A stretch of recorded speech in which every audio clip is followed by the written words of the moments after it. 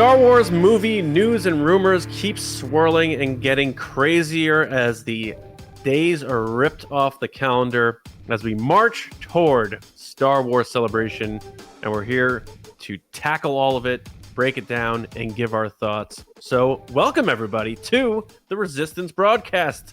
Thank you for joining us. I'm John. We have James, Baney, and Lacey Gilleran as always. So we're going to talk all about the latest reports out of Jeff Sneider, who was the first one to break the Damon Lindelof news way back when, a year ago, almost to the day. Mm-hmm. And now all of a sudden it looks like Lindelof has taken his lunchbox and is going elsewhere. So we're going to dig into that and more. But how you guys doing? You know, we have a lot to get into, and I'm not sure how it's going to go, especially based off last week. We put out the episode and then all that. We got a lot of tweets that said this didn't age well. Welcome to Star Wars news. Yeah. I mean, it's the first time in a while where I felt like we put out a news episode and then almost immediately that news was kind of like, well, that's not exactly accurate anymore. Like it was like the very next day that happened. Right. We're actually lucky that it didn't happen like over the weekend before the episode came out. I know that would have been even weekend. Yeah, would have been even crazier. But no, I've just been so completely astonished at all the news that's been continually dropping, and I'm excited to talk about it today. But I'm also just like, I feel like I have to write it down to like organize it. Like, what is going on right now? Yeah, and. Yeah, I mean, we'll get into it. I'll save my thoughts for that. But I do have something that is a lock and confirmed for Star Wars Celebration, and that's us. No rumors. This is official. Source us. If you're watching on YouTube or listening on Spotify or Apple, thank you. Make sure you do subscribe to us on your preferred platforms, of course. But Star Wars Celebration, yes, Sunday, April 9th at 11 a.m. We're doing our live podcast from the HoloNet News Stage, Room 17. So again, that's 11 a.m., obviously London time, on Sunday, April 9th, Easter Sunday. So if you are going to be at Celebration, please lock us in your calendar for 11 a.m. No major panels that we're going up against, really, in my opinion. So hopefully you can hop on over. And if you have any questions about where to find it and stuff like that, we're going to be there the week leading up to it. So come find us, and we'll make sure everyone knows exactly how to locate us, because that's one thing we don't do is shy away from making sure people know when our podcast is, how to get to it, and because we want everyone to have a good time. So and they announced today that Sunday is officially sold out, so it's going to be an awesome day. Very nice. excited. You're welcome, Star Wars Celebration. Hopefully people know that. All right. Another thing, Gentle Giant, we still have a discount code with those folks over there for 20% off all in-stock items, and they keep adding new items. So just use Resist20 at checkout if you like to save money, and do that. And then, of course, we have the Mando fan show returning Wednesday night, 8:30 East. We're going to talk about Chapter 21 of The Mandalorian with a very special guest. We have the co-creator and co-executive producer of The Boys, Derek Robertson, joining us on the show to talk about Mandalorian. And of course, I'm sure James and I are going to pick his brain a little bit about The Boys. I've heard such good things. I just haven't had a chance to watch it. I'm going to be honest. So The Boys obviously started as a comic. So he's the co-creator of that, and he does the illustrations. And he's also, of course, as co-creator of the comic, he's a co-executive producer of the TV show. You got to make sure that a lot of memes. Right. You know what I'm saying? A lot of memes come from that series. And it's a really good show, and I'm really eager to talk to him about villains, because I think they have a villain that Star Wars could really use, and we haven't gotten our villain back in Mando just yet. So are you talking about Giancarlo Esposito? Yeah. I would love for him to pitch like a perfect Star Wars villain. I know. Let's make that happen. Great. Let's manifest that. But Derek, I don't know if you listen to the show, but we're very excited to have you on, and hopefully everyone's very excited for Derek to join us next Wednesday on the Mando Fan Show. So, all right, all that's out of the way. It's time to get into it. The Resistance Report, James. Let's go.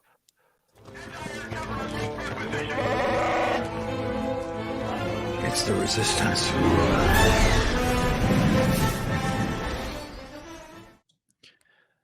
In some ways, I don't even know where to begin because so much of this is crazy that I even took the time to sort of write it down and try to piece this together. So correct me where I'm wrong, but this is where we're at right now.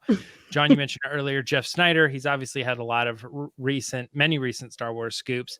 He is currently saying now that he is expecting 3 movies announced at Celebration. And in his opinion, Star Wars has been mismanaged.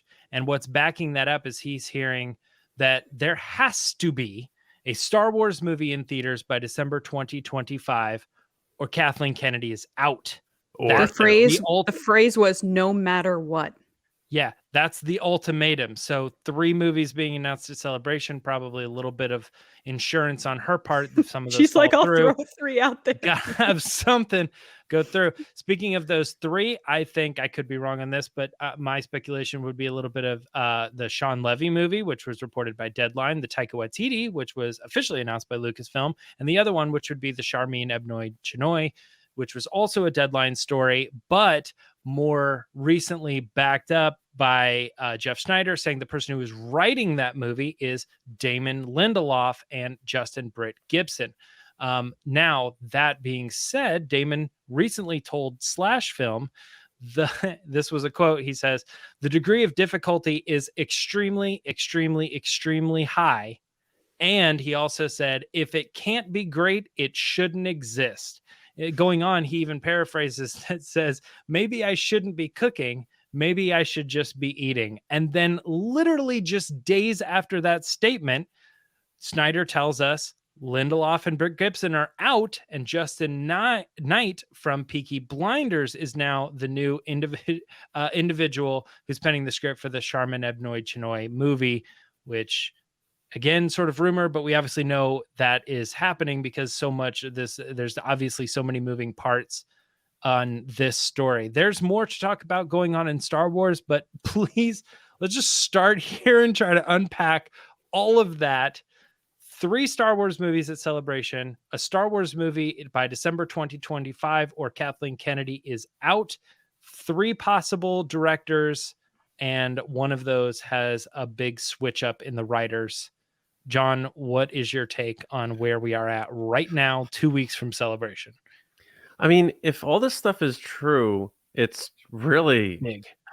It's just so it hurts because it's like we're always rooting for Lucasfilm and Star Wars to be successful because we love Star Wars so much, and it just like when there's patterns to these things, like if this was if every Star Wars production was flawless, no firings, no departures, no anything like that, and then I hear this, I'd be like, this is BS. But this keeps happening. Literally the only Star Wars movie that we've gotten in the last 11 years that didn't have any kind of problems was The Last Jedi. Right, Ryan, it was your movie. That we know right, of. Directed. Well, yeah, I mean, I don't think anyone else was attached to that movie. I think it was always his. Right. You know I'm saying nothing was reported, nothing was rumored that we Yeah, know yeah. of. But yes, right now it appears it's the only common thing. And what backs that up is them also being like Kathleen Kennedy saying, "We love Ryan, everything went perfectly with him," and Which and I'm not saying the outcome of those other movies were bad because obviously, Solo is my favorite of this run. TFA, most people love. Rogue One, complete mess. Rogue One, yeah. So you can go down the list. But there's that. So I think there is a lot of truth to this. It would not shock me based on, I try to do that connect the dots thing, and you went back, James, and a great job going back to Lindelof's quotes from the last week. Was it Southwest? What is that thing called? South by Southwest. Oh, South by Southwest. Yeah. And I'll get to that in a second. But another quote was Bob Iger, when he took over again, was saying, like, we're going to lean into our strong IPs and stuff like that. We're not here to experiment. And then you hear this report that Disney's telling Lucasfilm, like, you need to stick to Star Wars. Oh, right. Yeah, I didn't say that. This too. And I remember saying this a while back, like, I want Lucasfilm to create new things because they literally have not created anything new since they bought it. It's been all George Lucas' stuff. Willow, George Lucas. Indiana Jones, George Lucas. Star Wars, George Lucas. They were attached to do something else, and that went away and got sold to another studio.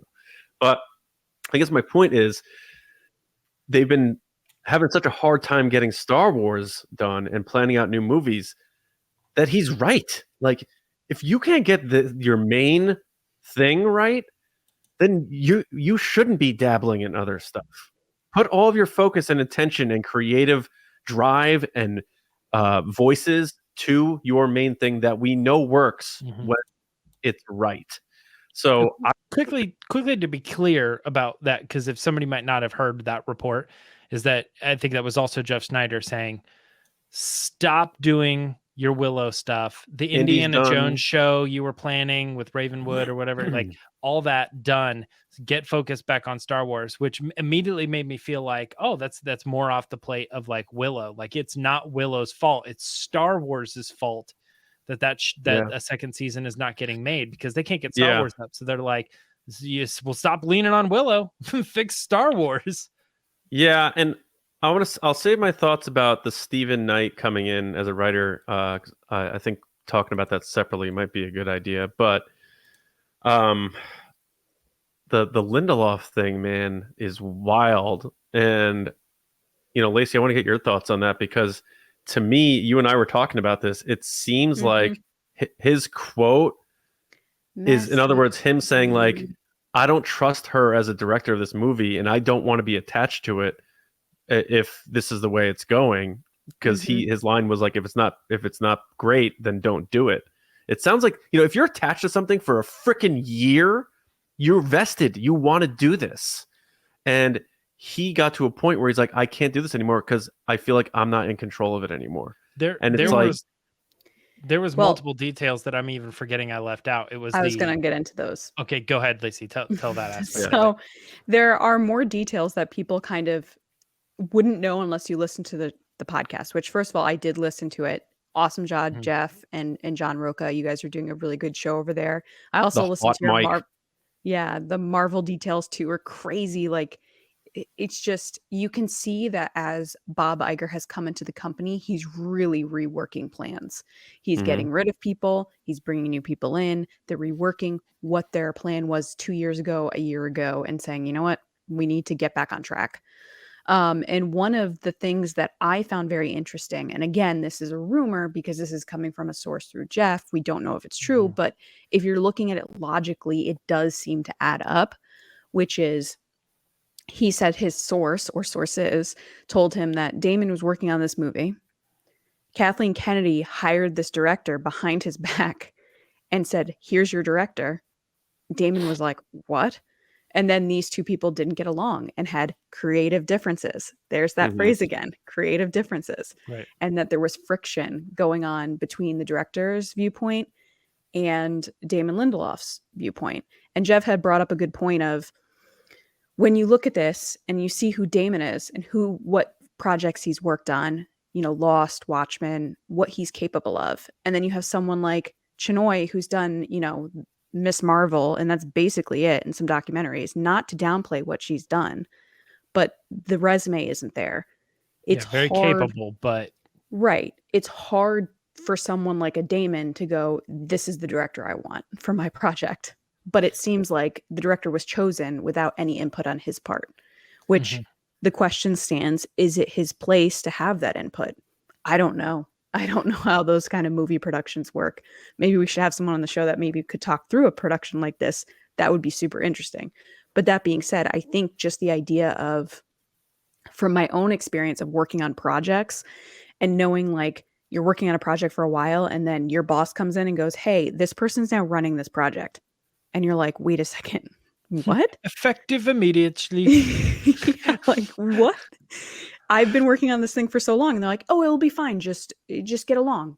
And then this person comes in with completely different viewpoints than how you've been working the story.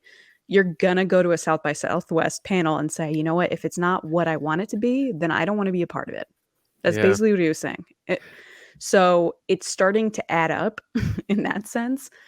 And look, I'm not saying that there's not drama on every movie set, every TV set, every creative project, because when you get creative people together, even the three of us, there are moments that you don't agree on things. And that's just how life is, because everybody brings their own viewpoints and experiences and thoughts and values to the scenario. But I can't help but think that it's a little disappointing as a fan to hear these things, because it seems like it keeps happening. Yeah. And it keeps happening over and over and over again with these projects, that you have to have like the understanding of like, okay, but what's the baseline here? Like, what's the common denominator in all these situations that a Lord and Miller are still saying things online about it? They're still spicy about it. And I can't help but think it's Kathleen Kennedy. Like, she's done things that have made people upset, whether it's the right decision or not. But I'm keeping my fingers crossed that this works out for the best. But it's really hard when you hear things like this. I'm with you. You know, if the report's true and Bob Iger is saying like you better get a movie out in December 2025, he's basically pulling a Solo again. He's saying you're gonna get this out. She's in hot water, no question about it. And you know, her contract runs out at the end of 2024, doesn't it? When his does. So it's more of like, you have to make sure, you know, if we're that movie may not depend on whether they extend her or not. So my question is though, and this is all due respect to Sharmeen Obaid-Chinoy, because she's an award-winning documentary maker, journalist, she, you know, director, but she's never directed a feature film. How? I need someone to explain this to me. How, if you're relaunching and you're under all this pressure to launch the next era in Star Wars feature films, where after not doing it for 6 years, it's still volatile in terms of box office, and are people going back to the movies and stuff? Like Top Gun 2 is an outlier, Avatar is an outlier.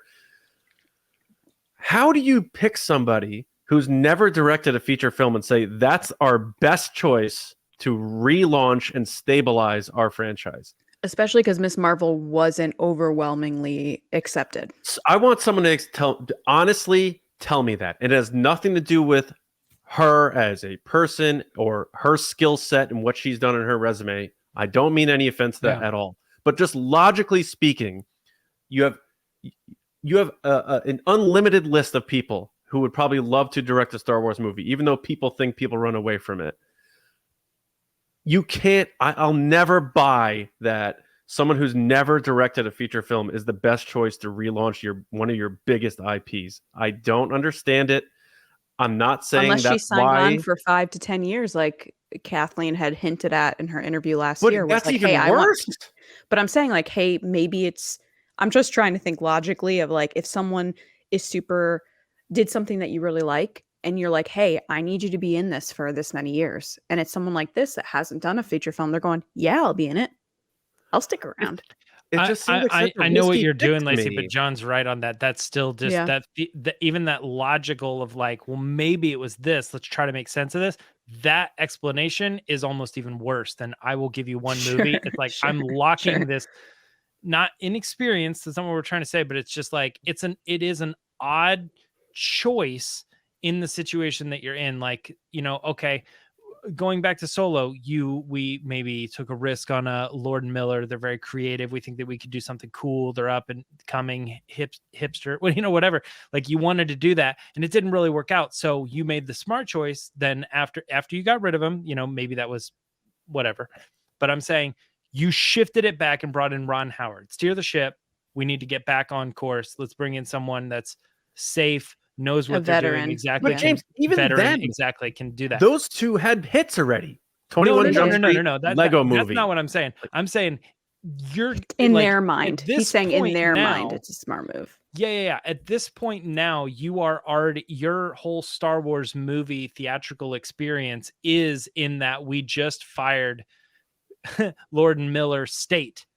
Now, how are we going to pick up the pieces? You pick up the pieces by hiring people like Ron Howard. You don't pick up the pieces by going even wild card further, you know? Yeah. And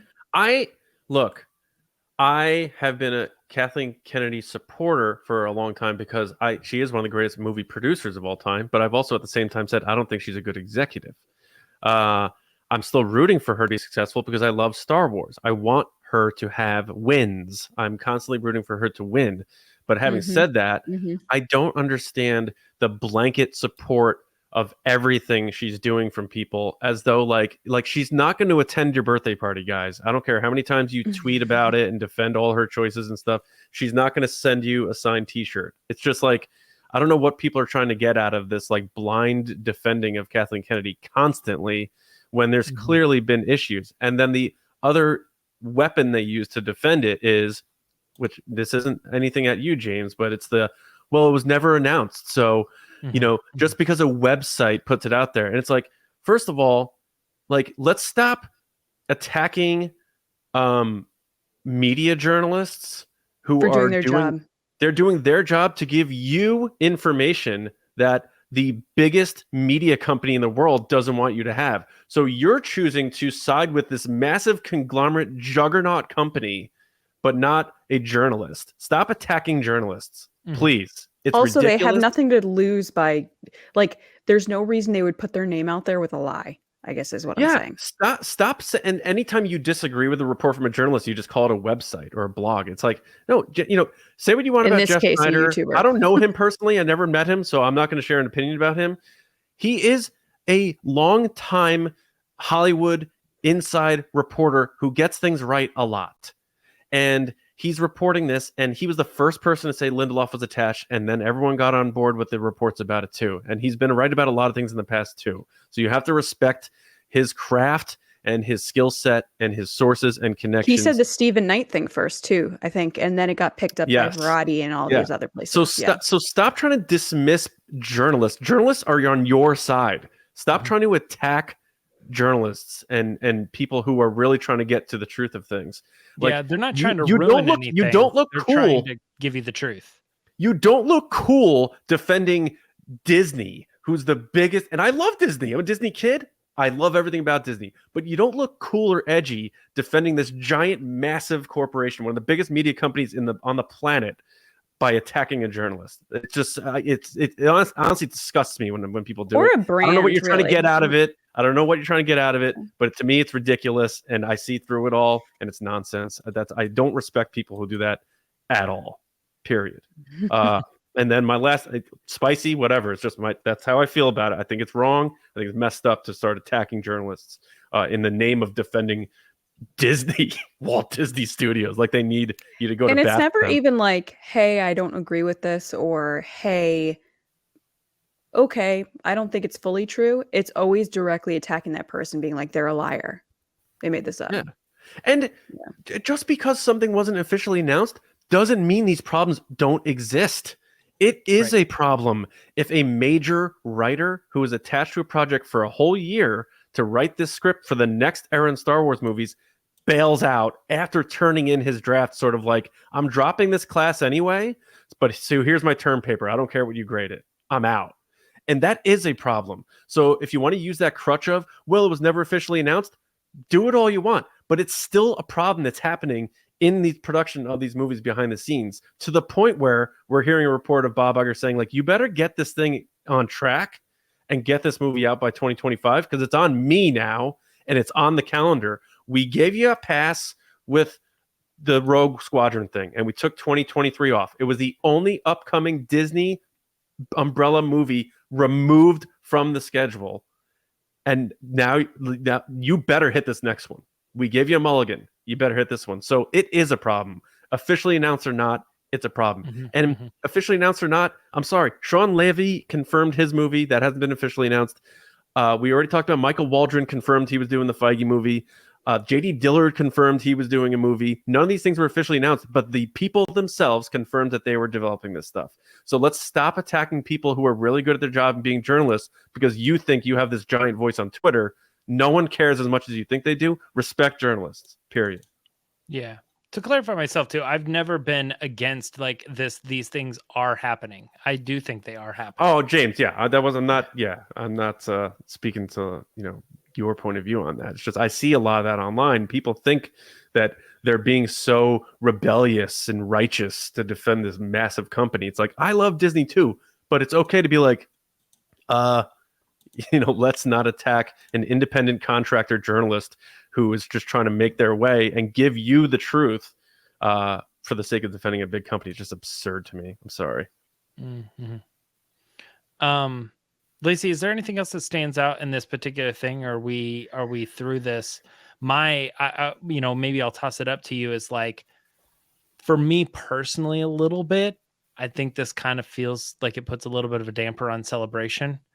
It does a little bit because I think there was a lot of excitement that was building, and it was, I don't know, it just feels like kind of a rehash of Disney Investor Day in 2020, where we got all these announcements and then nothing came of it. Like, I see people online reacting to all this news being like, you know what, I'll believe it when I'm sitting in the movie theater.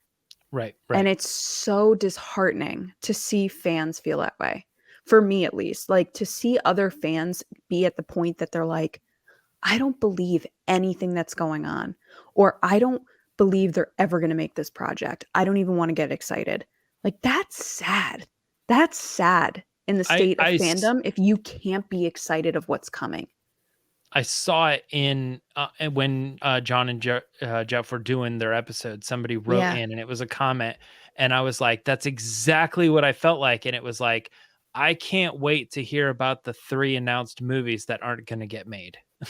And it's sad because people are making jokes. Obviously, there's some people that are joking, but then there is a real sadness behind that because people like us want to see this succeed. We want more Star Wars. We want more stuff coming out, TV shows, movies, books, whatever. We want to be in this galaxy as much as we can. So anytime something gets canceled or thrown out, it's super disheartening. And just to hear like that they might present 3 movies and then we don't even have the trust or belief that they're going to follow through. That's sad. That's really sad to go into Celebration feeling that way. And the other piece of this announcement, which is going into kind of the next story, was that Stephen Knight from Peaky Blinders is writing this movie. Yeah. Now, I've never seen Peaky Blinders. We're taking over? I don't know. I think he's taking the draft that Damon handed in, is probably tweaking it. That's what I'm not really sure. I don't think there was a clarification on that. Is he picking up where Lindelof left off, or is it a sent page an 1 outline. rewrite? Yeah, so I guess they didn't really have a script. It was more like here's a draft of an outline of something. So he probably, if this movie comes out, they'll probably have like a story by Damon Lindelof, but they won't have the script by Damon.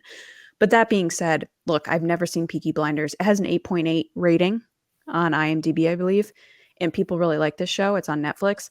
I've never seen it, but I read the sentence of what it's about, and it's about gangs that put razors in their jackets. And they're like gangsters in the 1900s. I'm sorry, that doesn't feel Star Wars to me. And I'm going to be honest. And I know Jeff and John were talking about how, they could be going for more of a gritty side of Star Wars, like it worked for Batman. I'm sorry, I don't want that for Star Wars. I don't want gritty, violent Star Wars. It doesn't feel like Star Wars to me. I want Star Wars, and this is a personal thing, and I understand if people don't agree with me.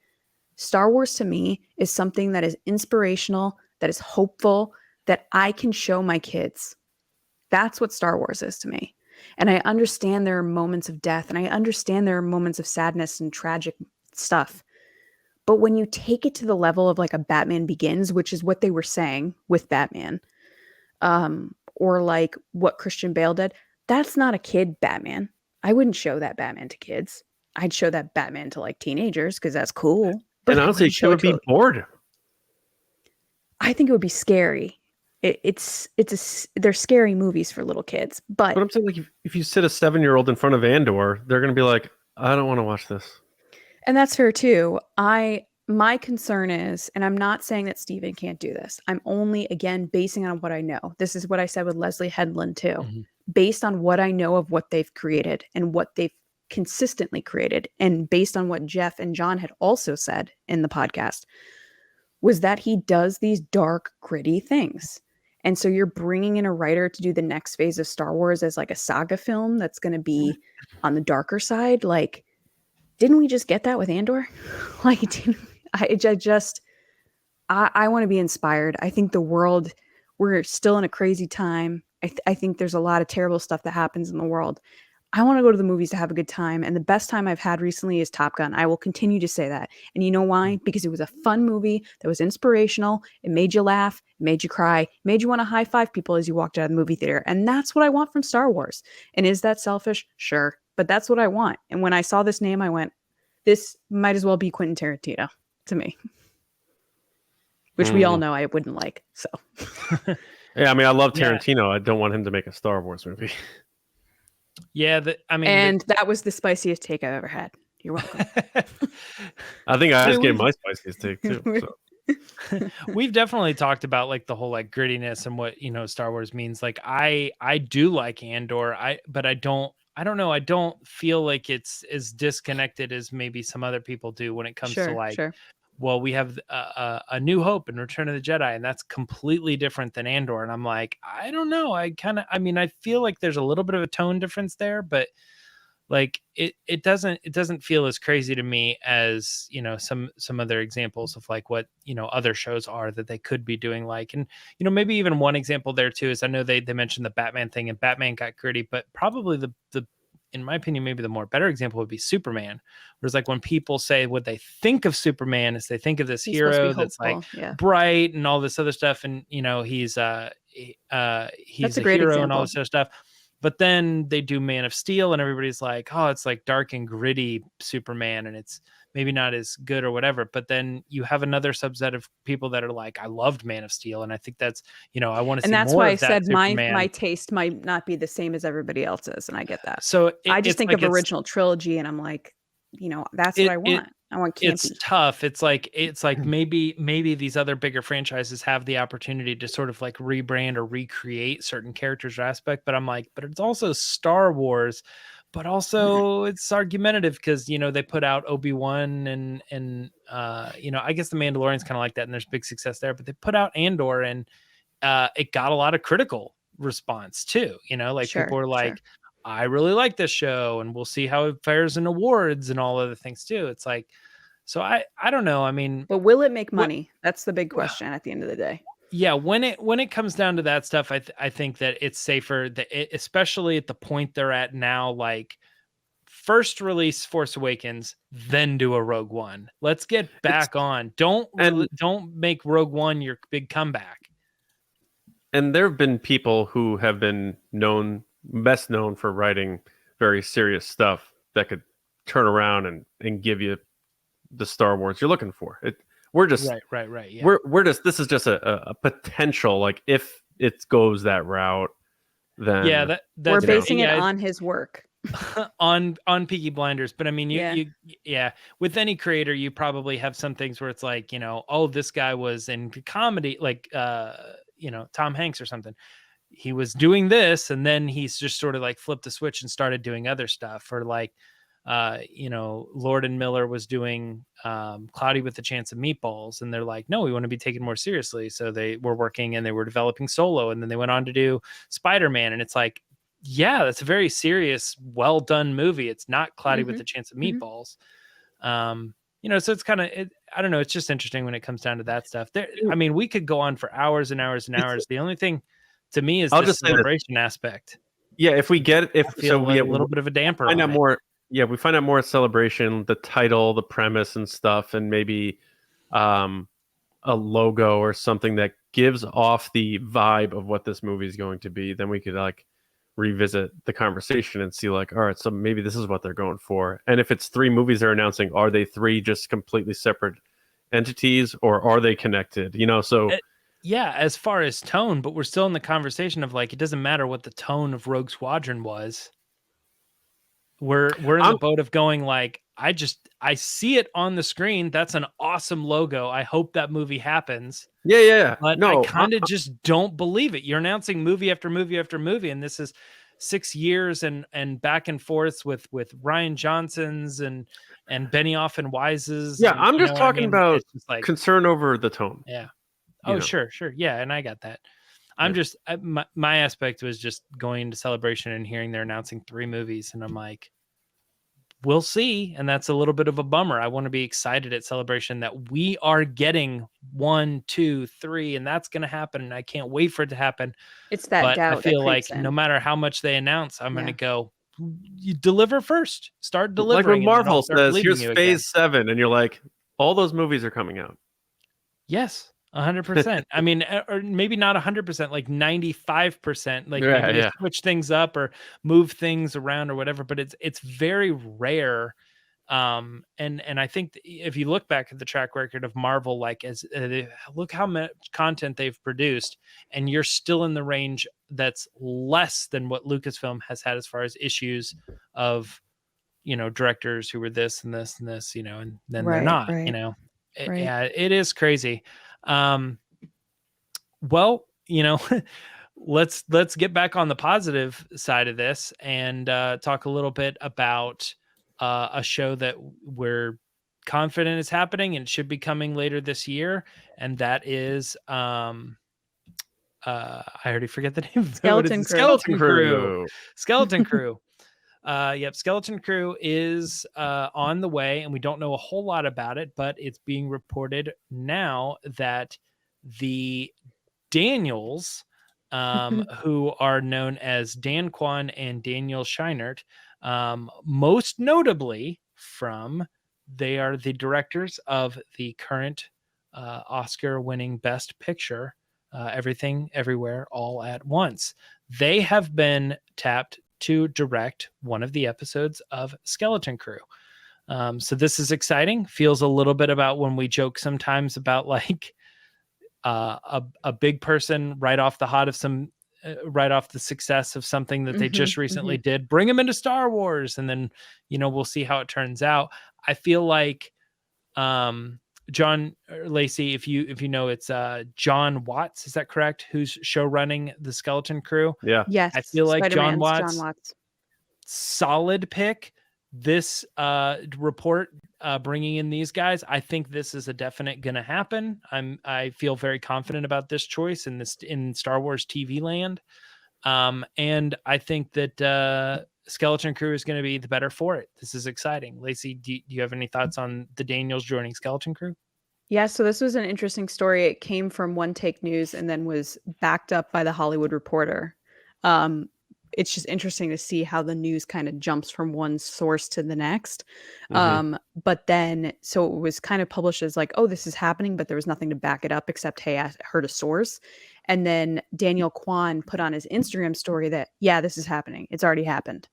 So kind of playing off what you said, James, is like, oh, they're a pick because they just won an Oscar. They actually shot this, I believe, a year ago before they even did Everything Everywhere All at Once. Daniel Kwan had said, like, he cleared the air being like, hey, I'm going to say this because this is everywhere and it's wrong. Everywhere all at once. Yeah, yeah, it's everywhere all at once. All at once. Daniel Kwan said, we shot this last year. It was a dream. It was before we even did the movie. We're so thankful that we got the opportunity. Yeah, we did this, which makes me, you know, we just had a kind of dark conversation about things in production, but right. Skeleton Crew had a logo. It had actors attached at Celebration last year.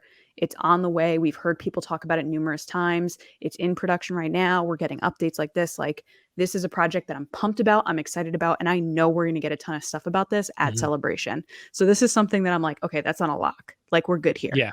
We've seen 2 scenes, photos and scenes from the show, which means they're live, they're filming. I feel the same way about Acolyte. That's happening. Ahsoka, that's happening, right? You know? Yeah. But I mean, this is a great choice, and it's exciting to see. For once, this is a choice that was made prior to them getting the recognition that they deserve. I didn't know that until you said that, and no worries. Very good news. I love hearing that. So it wasn't the after, it was before, which I don't even think necessarily it was Lucasfilm that asked them. I think it was John Watts. Before? I'm confused on the timelines. They did their episode for Skeleton Crew before they did the movie. It's already been filmed. Before Yeah. what movie? Everything, everywhere, all at once. Yeah. There's no way that's true. Because Skeleton Crew filmed from this past September and they'd wrapped in January. Everything Everywhere All at Once wrapped filming in like 2020 or something like that. I mean, I can look up the Instagram story that he had posted, but what my understanding of it was they did that movie, then they did Skeleton Crew, and then they won the award for the movie. So it's Yes, we're just hearing about it after they won the award. So it looks like they won the award and then they got picked up by Lucasfilm. But the truth is that they Lucasfilm saw the talent, hired them. I have the Instagram story, and then boom, they won award for a previous movie they'd done. Yep. I have the story, and this is why I got a little confused, but this is why. So he said, LOL at all the people adding us and getting sucked up by the corporate machine. Can chill. These headlines are a little misleading. Don't worry, we aren't working on the whole series. We guest directed one episode. John Watts approached us to do an episode a while ago before the movie came out is when they got approached. We love John. Came out. Interesting. So that's why I got confused. It was before the movie came out. They were approached. Yeah, that makes more sense. So then that's wild. So what did they? I mean, I don't know the history of what they've been working on, but what were they working on? Where John Watts was like, "We need those guys," and then after they were approached, they made that movie. They made Everything Everywhere All at Once after John Watts approached them. It came out. It came out after. So maybe then John Watts had already seen early cuts the of movie it. Or been on set or something. Oh my gosh. So yeah, this movie was filmed a few years ago. And so can I finish what he said though? Yes. Yeah. Okay. So he said, we love John. We love Star Wars. We love learning new tech. We love meeting the cast and crew, and we needed the days to keep our health care. Welcome to America. So it was an easy yes. We shot it last year and had an incredible time working with the most talented cast and crew, and I'm excited for you guys to see it. Our next film will be an original Daniels project, so you can stop worrying and stop bothering me about it. Yeah. Everything Everywhere All at Once was filmed in just 38 days from January to March 2020. So literally right before the pandemic hit, they had it in the can. And Skeleton Crew was definitely not. So the way it works, they waited 2 years to release it because of the theater situation. Yeah, could be. Yeah. So maybe post-production just took longer on a indie. Or the studio felt that they really did have something via A24 that was special that could win awards, and they wanted it in theaters, and all that stuff. Man, but let's not. So then, the post. You're right, Lacey. It can be confusing, and then how articles were written about it. Absolutely. So it's like the movie was done. Maybe he caught buzz of it, or he was a fan of other work they've done. He locks him in. They directed Swiss Army Man, Legion, Aquafina's comedy special, and Turned Down for What by DJ Snake and Little John. But so there, it must have been buzz because about this movie or something, because he books him up, then the movie comes out. There must have been early buzz that the movie was good or something. Or bet Swiss that movie, Army Man. I mean that too, yeah. But I feel like based on what I know about the music industry, I think that movie was done, and I think it was being like shared around, and there was buzz within people who had seen it or had seen cuts of it, and it was like, dude, can I show this to so and so? And they're like, yeah, go ahead. You know what I mean? Like, obviously we're still under embargo. The movie doesn't come out till whenever the studio wants to release it or whatever, but I think it got shared about, and it's such a good movie that there was buzz before it was ever even released. And then when it was released, the rest of the world got to see it and also gave it that buzz. Yeah. But I think that's probably exactly it. They shot this awesome movie. John Watts heard about it, saw it, said, yo, I want you in Skeleton Crew. They shot it. And then the movie finally comes out, or not shot it, but you know what I mean? But like whatever the timeline is. Yeah, that's nuts. It's a great story. And I That's think cool. we're all on the same page that the Skeleton Crew has the potential to be a really good show. We'll see what happens. And going into Celebration, I'm excited to finally get that trailer, finally get more revealed about that show, more about Meet the these actors, kids. all this Yeah, stuff. who are Yes, these kids? exactly. Yeah. Yeah, it's You, all you think the they, Stranger you Things think they're gonna kids for walk some those? reason. You think they're gonna walk those kids out on stage like they did with young little Leia and like they do? I would love that. I would love I that. I feel like that is just the best life experience and welcome into the Star Wars world that they could possibly have. So if they don't do that, I'd be a little bit bummed that it didn't happen, because I was Yeah. very moved by little Leia, and when she Yeah. walked out there and the whole world got revealed to her Mhm. through the episode and then live in person. And Yeah. Start at so I think Celebration it because happens that's where again. all the good vibes are. Yep. Mhm. One other thing that we wanted to talk about really quickly, because has been such a heavy story, is we wanted to talk a little bit about Diego Luna discussing how Andor season 2 is going to basically be impacted by the fan reaction to season 1. As they are writing this show, he said he was winning an award and was talking about his entire career so far, and he was asked questions about some of the upcoming projects, including Andor. And one of the more interesting things that he mentioned about it was the fact that when you write Rogue One, you make a movie like that, and then you put it out, and then you see how fans reacted to your story. We're lucky enough, I'm getting the experience to have done season 1. We put it out and we saw what people reacted to as far as, oh, that worked. This didn't work. This is how they liked that. They didn't like this. And then how that can dictate what they do in season 2. And for my mind, that makes me think season 2 is going to hit even better, because they're going to do exactly what we want as Star Wars fans. We got something good out of Andor, but it could be better, right? like the Wonder Woman thing, but it could be better. Yes. Yeah. Oh yeah. Pedro Pascal. The Pedro Pascal thing. Yeah. So I'm excited about this. John, do you have any thoughts on Diego Luna and his comments about Andor? Yeah. I take his comments earnestly. I do.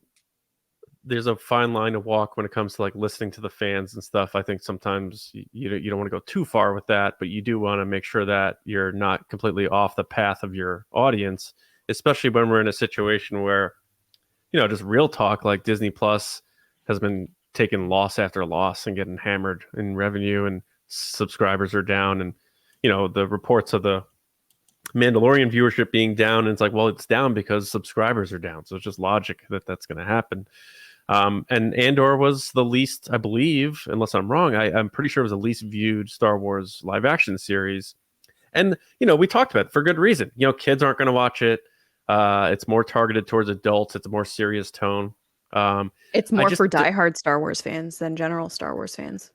Or people who were looking for something a little more serious, and it's just, and Tony Gilroy is not going to be the type of person, based on everything he's ever said about anything he's ever made, who's going to bend to fan pressure. So I think there's some of this here where he wants to like let fans know like we're here you and stuff, but Tony Gilroy is telling his story. I'm sure he had this stuff written out and planned out well before fan reaction to season 1. So I think this is I believe Diego, and it's an earnest statement, but I don't think this is a situation where they're like, oh, they like this, but they didn't like that, but they like this.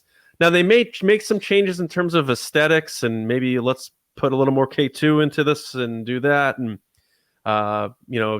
Disney saying, Tony, I respect your vision and stuff, but we need more people to watch this. So you need to have this character in this a bit more, or you need to pull this back a bit.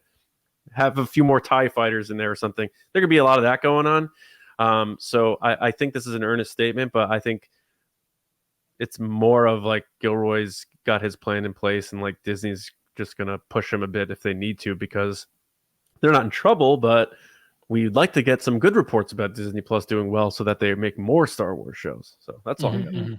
Lacey, thoughts? I think my thoughts with this are that it's interesting to hear him talk about how much he likes the process, but at the same time admitting that he's somewhat comforted that it's ending after this. Like there isn't kind of this open-ended, like, will we get another season? Which he brings up streaming, and it's like actors are always like, will we get the next season? Are we going to keep telling this story? Or he is happy that there's a definitive ending, which the ending is at the end of season 2, it leads up to Rogue One. And he's like, we can't change that movie. That's the ending of the story. And nobody likes a show that just like sets up a second or third season and then and doesn't go anywhere. Doesn't happen. Willow, Willow, yeah, it's a big one for us. So it is somewhat comforting to hear an actor talk about how it's okay for the story to end. And it doesn't mean that you need more seasons to tell a story. Like they're going to do the best they can with the one season left that they have. And I like that. I also, I fall into kind of what John was saying, which is like, you got to be careful with what fans say, because look, I'm a big diehard Star Wars fan. I don't think my ideas are great all the time. I think that some of my ideas would be terrible. So please don't listen to me with everything I say. But it's, you get kind of nervous when you're like, oh, people liked this. And you're like, did they though? Or are you listening to like a certain echo chamber of fans? I just want creators to tell the story they want to tell and just let it happen. But at the same time, James, you brought up a great point that streaming these shows has allowed people to pivot and or get initial reactions. And I remember after season 1 and a little bit of season 2 of Mandalorian, Jon Favreau bringing that up in interviews, being like, it's nice to see the reaction of the work in real time, where you see people react that next day or the day after of what you did. And I think that they appreciate that reaction. But I'm interested to see how they pivot in season 2 and do more of what people seem to like, which is obviously like the One Way Out episode is probably everybody's favorite episode. Are they going to have more moments like that? Or are they going to lean more into the character development episodes, which people might have thought are a little slower? You know what I mean? It's going to be interesting, I guess, is what I'm going to say. And I hope everyone doesn't die at the end of this.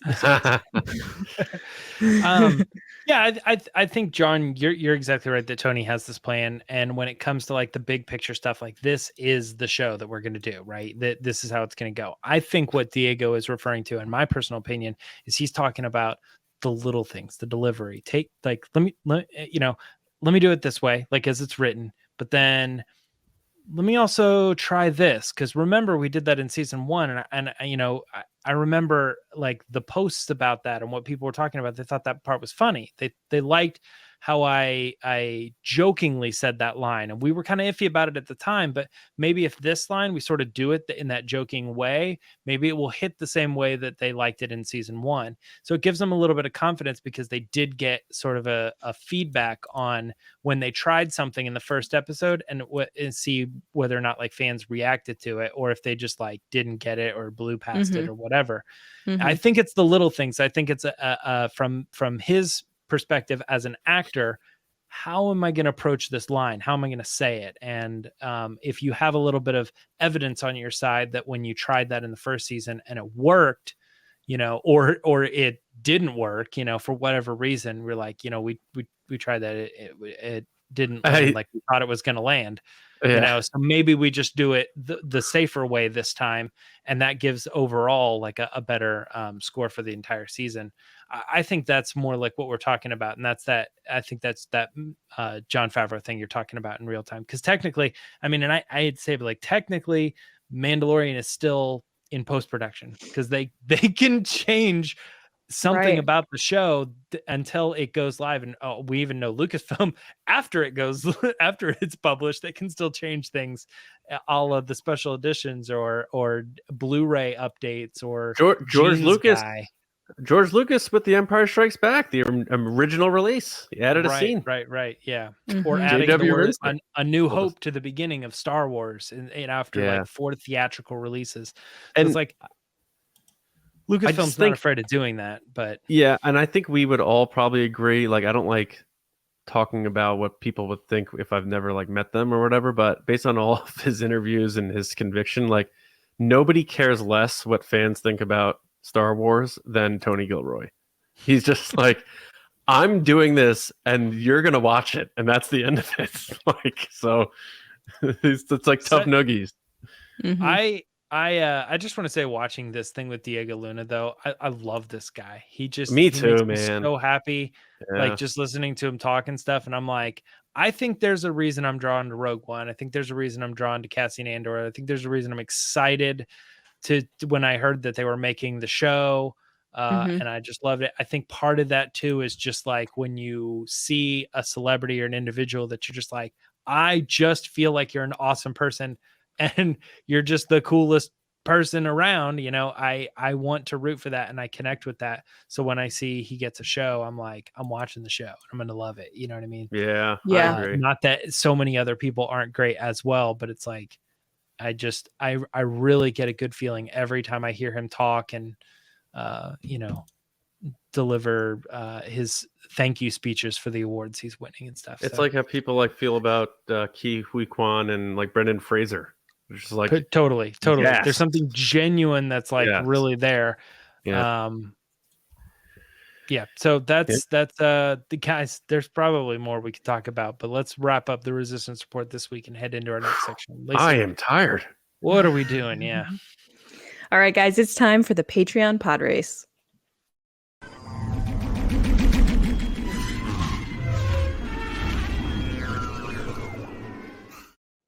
All right, there are lots of ways you can support us. You can like this video, comment, subscribe, please, on YouTube at youtube.com/@Resistance Broadcast, right? That's right. At the Resistance Broadcast. The Resistance Broadcast. My bad. Just find us on YouTube. It's pretty normal. Just Is it Google that? No, I thought it was at Resistance Broadcast. Whatever. Anyway, you can follow us on all the social channels at TRB Podcast, which is much easier because it's the same on every channel now. We got you. Or on audio platforms like Apple Podcasts, Spotify. Please leave us a review if you get a chance. It helps us know how we're doing, and it helps us rank higher and meet new people. So that's also, or discovered by new people. Meet new people too, I guess. But if you want more than that, you want to support what we're doing here and say, hey, yeah, I want to be part of the Resistance, you can head over to patreon.com/resistance broadcast, starting at just $5 a month. That's it, $5. You get to be a part of the Patreon community. You get to be a part of the show where you ask questions. You get to contribute to topics. You get to talk to us in the Patreon community with live watch-alongs and commentaries and poll chats and much, much more. And as you go up in the ranks, you get more access, like our Discord server, and you get to be a part of the show. So this is the part where we thank our generals and spice runners, and they get to be asked a question and then give us an answer, and we respond to it. So I'm going to thank those people first. So thank you to our generals: Carmelo, John Reese, Jetta Rosewater, Frank Grande, Darth Hurricane, Nick Kratz, Christian Morales, Brian Smith, Matt Chitty, Dani, Mike Mori, Matt Heath, Brendan McLaughlin, Count Pepto, Sneaky Zebra, Paul Sullivan, Aaron Allington, Diana, Ivar, Micah Harrison, and Chris White. Thank you guys so much for being generals. And to our spice runners, David Probus, who's coming up soon on our Spice Run chat exclusively on Patreon, Neil Shaw, Kendall Gelnar, Ryan Wara, Dave Hornack, Thomas Hennessy, Andrew Staley, Jeremy Myers, and Michael Fry. Thank you guys so much. Thank you. This week, we have one of our probably oldest patrons, who's just a wonderful human being, Dani. So General Dani is up, and her question was, do you think romance is in the cards for Din Djarin and Bo-Katan? I can't wait to hear what she has to say. Dani, take it away. Hi, TRB. Thank you for your question. I would love to see a romance happen between Bo-Katan and Din Djarin. The reality is that I don't see it happening this season. However, I would love to be wrong on this one. The reality is that right now Lucasfilm has a perfect opportunity to actually dive a little bit into the romance genre, even when it comes to like just scenes or just hints. Like they could be so subtle to imply that there's a romance happening. However, I don't know why they just don't dive into this type of relationships, especially when a major topic when it comes to Star Wars is that of found family. So even if it doesn't happen this season, I hope that The Mandalorian dives into romance sometime. Awesome job, Dani. I think you and I are agreeing on this. But John, what'd you think? Why don't you go first for the first time in the history of Ooh. the Patreon Padres. Dani, I think you make a lot of good points. I think Star Wars is definitely lacking in the romance department. And I think that this show in particular and every property needs to dive into romance a little bit more. It's just missing. It's like the villain problem. It's just like not there, which the funniest thing is like in life, when you're thinking about like what everybody does is you fall in love and you deal with difficult people, aka villains. And like seemingly Star Wars, they can't figure out how to give these people relationships or complicated relationships outside of like, hey, you have a lightsaber, cool, I have a lightsaber too, cool.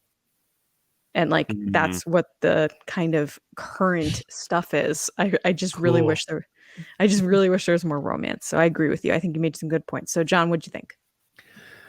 Agreed. Yeah, I think it's definitely something that's been missing from Star Wars, and it should be something that is just naturally written into the story where fans don't have to chase it or manufacture it because it's not there. I feel bad for fans who have to do that stuff, fill their void by their own fiction. So yeah, I think it's something that is hugely missing. I think you're right though that because we're already halfway through this season and we got the helmet situation going on, there's not a lot of time left to start throwing that into the mix. Unless it's in the finale. They both take them off. Or it's right. Just like that. If you're watching on video, you have to watch this episode just to see what Lacey just did. But I think maybe it's something they could start slowly dropping breadcrumbs and for maybe a next season thing. I just don't want them to just dive right into this, especially with such an iconic character like Bo-Katan, and then obviously our main hero here with Mando. I don't want them to just be like, oh, we didn't do romance. Let's just do it. Let's just go ahead. Make us earn it. So I think you're right, Dani, that they should do hints and start like painting the picture for us, because not everything has to be a boom, jump scare or big surprise. Like you can let us know that it's happening. That's how like those rom-coms work. Like they don't like each other at first, or they bump into each other and you're like, ooh, they gave each other a look. Like give us some hints and we'll go for the ride. It doesn't have to be. Or you could just go like they did in Villain in Willow and say, let's make out. Right out of the gate. Just right, be like, well, they sort of had, they just sort of had an established relationship. Yeah. James is still sore that he couldn't guess that Kira and Han Solo were going to make out in the first 2 minutes of the film. It's funny. So this is a good pod race, Dani, and I am agreeing with you a lot in this. Like, I don't see it happening this season specifically, but also I have said I wouldn't be opposed to it happening if it did happening. But as I'm watching your pod race and I'm kind of listening to it, and I'm listening to these two even kind of talk about it, I'm realizing something about myself that I would have thought I would have figured out a long time ago. And that's, I don't ship. It doesn't even register for me.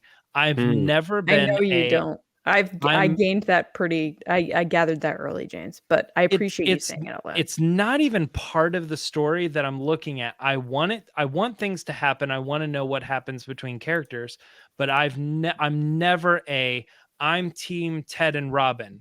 I'm anti-team Barney and Robin or whatever.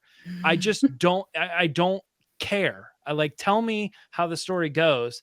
I'm not looking for hints. I'm not looking to be correct in my guess ever when it comes to the relationships of characters.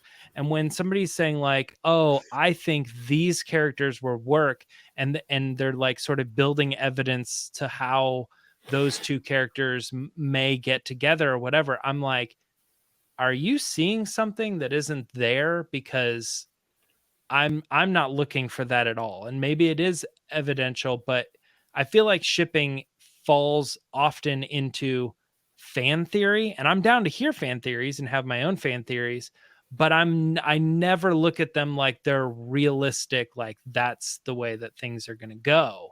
Yeah. So I don't know. I'm kind of, when I'm looking at this relationship, I'm kind of discovering something about myself. Like, I'm like, why are people talking about Din and Bo-Katan? If they end up together, that's fine. But I don't see anything right now happening between them other than they're the two main characters and they happen to be male and female. Not that particularly because matters, people but want romance. Romance still remains the number one genre in literature. I don't and I haven't said that this whole time, but I've even in the past agreed with you 100%, Lacey. I think that romance is missing from Star Wars, so it should be there. But I get what you're saying too. Is like you're like, I don't see these people together. I'm like, what are we doing? Like, I think it's because, and this is a prime example with the Bo-Katan you don't thing. feel the chemistry between Paz The look Vizsla she and gave, Din Djarin. It's right, there. but I want it to happen. And it's Oh my like, God. what are we doing? Like, you're just Well, making up. What I'm saying is stories. like the look that she gave him in like the waters of Mandalore or whatever. To me, that gave off a vibe of, oh, she's starting to feel something about him. You took it as that's not what she's feeling at all. So it's just a personal preference, I think. And also Yeah, her it's like nurturing of Grogu that you brought up on the Mando fan show, Lacey. You know, that's, you know. Yes, yeah. I It agree seemed a with you, little bit James, more though. evident that it was like mother and father in episode 4. But I during agree that with you, particular James. thing. I see that. There is a piece to shipping and romance in general of, are you picking up on signs or are you reading into something that's not there because you want Exactly. And Yeah. I think that whatever the truth of the line is, I tend to assume that people are reading too much into it because I'm not looking Because you're for it and taking I it don't see it. literally. I want it to happen, but when I read a situation between two characters one way, and then somebody says, "Well, it's very clear that they like are meant to be together or whatever," And I'm you're like, well, it's okay, not because let's calm down. Let's let the Sure. storytellers make it very clear that that's what it is. Don't And I mean, that attack. goes as far as Rey and Kylo like touching hands and stuff. I'm like, I still don't buy into this. Let the story unfold for what it is. Is that a thing? Were people into that? John, don't attack the filmmakers if that thing you want to happen doesn't happen, though. That's I where believe it was Renlo or something like that. I can't remember. you guys are idiots. All right, Dani, thank you so much for Thank you, your Dani. answer. We really appreciate it. You're an awesome person. I love seeing your updates from Disneyland and stuff. And you're See you in always with London. John. Yeah, and she's always giving updates on like John Williams concerts. She has like the best life. She's taught me something about myself through her pod race. Thank you. Okay, back to you, John. All right. Well, it is time for our last segment of the day. Ask the Resistance. I've been wondering, what are midichlorians? Me too, Jake. Me too. I hope he's doing all right. I forget what the latest update on him was, but I know he's been having a rough time. Hope Jake Lloyd's doing all right. Because you see the Ahmed Best stuff, and like it's so good to see him back in the mix and everyone embracing him. And I still feel like we need that Jake Lloyd moment if he wants it. Yeah. If I'm not mistaken, I believe the most current thing was stable, but in private. Yeah. So maybe he just wants to stay private, and that's fine. I just hope the guy's all right. All right. Ask the Resistance time. We have one question. We're all going to give our take on this one to close out the show. A very interesting one. I think I have a sort of boring answer, so I don't know if I want to start, but it's from at FACPA pod, from a certain point Askew pod. So thank you for this question. And they submitted it actually last week, but we couldn't get on the show because we were in a time crunch because we had to get to the Mando fan show. But the question is, if R5D4 didn't have a bad motivator, or didn't fake it, as it was written in the From a Certain Point of View book, in A New Hope, how does this all play out? So in other words, they're saying if R5 was the one that was actually sold to Lars and R2 was taken back with the Sandcrawler and the Jawas, does the story still play out, or how does the story play out? So who wants to go first? James? I can get mine in a way, and I think maybe ours is the same, John, but I feel like destiny is destiny, and the story was inevitably going to happen through fate. I think that R5 gets picked up, R2 goes back on the thing, R2 figures out a different way to get out. He still makes it to Ben Kenobi's, and Ben Kenobi says, if I'm going on this mission, I'm going to Luke, but he has to deal with Owen and them because they weren't in any danger, so they're still alive. But somehow or another, Luke, not takes down, but like disobeys his uncle and goes with Obi-Wan, and I think the adventure still happens. But I think the best thing could come out of that is maybe the father and mother figures do not die. Probably the best. Or they don't meet Han Solo. Well, I feel like they still got to get off the planet, but are you saying you're right, Han Solo is part of the destiny? My main focus was like, is Luke Skywalker even part of the story anymore? And I'm like, I think R2 still makes it to Ben. I think Ben still goes after Luke because he believes Luke to be the chosen one. He doesn't go on the mission without him. It gets very butterfly effecty in terms of the chain reaction of things. And I have a similar answer to you, but Lacey, what do you think? I agree with James. I don't think I could have said it better, honestly, because it's like he gets off and then the whole beginning of that movie, C-3PO is like, you're so stubborn. Like, what are you doing? You don't know where you're going. Ben Kenobi, who's Ben Kenobi? Where are you going? Like, he's going to go. Yeah, the Jawas were not part of the plan, but he's going to I mean, you're telling me that R2 that has jetpacks and all this other stuff isn't going to get out of there? Yeah. Right, yeah. R2 is unstoppable. That's what R2 is.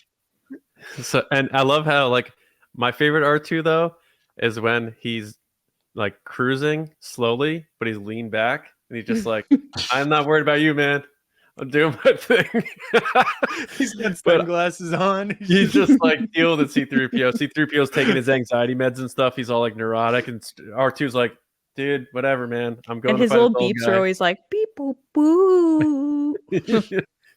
But I think too, that's a good point about Owen and Brew maybe not dying if they didn't have to go chasing the droid and you know all that stuff. So that's there wasn't if they were never involved with that droid. Or Brew, like the motivator goes off when the stormtroopers arrive, and it distracts the stormtroopers enough for Brew to get like 2 Gatling guns and just be like.